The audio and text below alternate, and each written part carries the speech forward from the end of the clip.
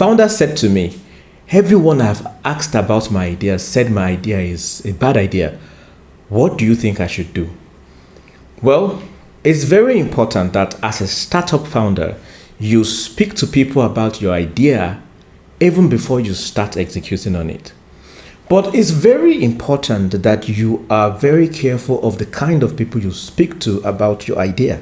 Family and friends can be very biased based on your relationship you have with them.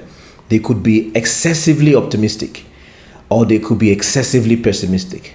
And then some people with some level of egos will say because they are pessimistic, you're going to try to prove them wrong. And then you spend 5 years of your time, of your life wasted on an idea that makes no sense because you are just trying to prove some people wrong. How do you approach this situation? And there are only two ways, in my opinion. The first way is for you to first identify who that idea is for, right? That idea you have, whose problem is that idea designed to solve, right? So once you identify that person, that is the person you want to speak to about that idea, right? So you need to know who's your target audience. Oh, I'm building an idea for this. Who are the people that use that service? Or who are the people that have the problem in this space that I'm trying to have an idea to solve that problem? Then you reach out to those people and then you interview them, you have conversations with them.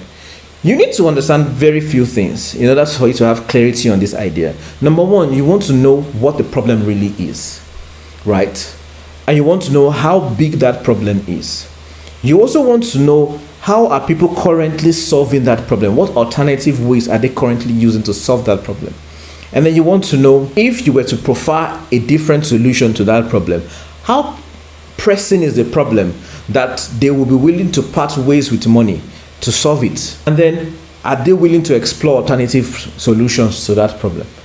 And the way you can do this is not to speak to your uncle and to your auntie, except your uncle and auntie have that problem. You want to find the people that have the problem and speak to them. And then the next important thing you need to now do is to have a curated people in your circle, right? Now, these curated people should include some sort of successful founders. That means they don't have to be widely successful, but they are making progress in their industry. Number two, you need to find some analysts or startup enablers.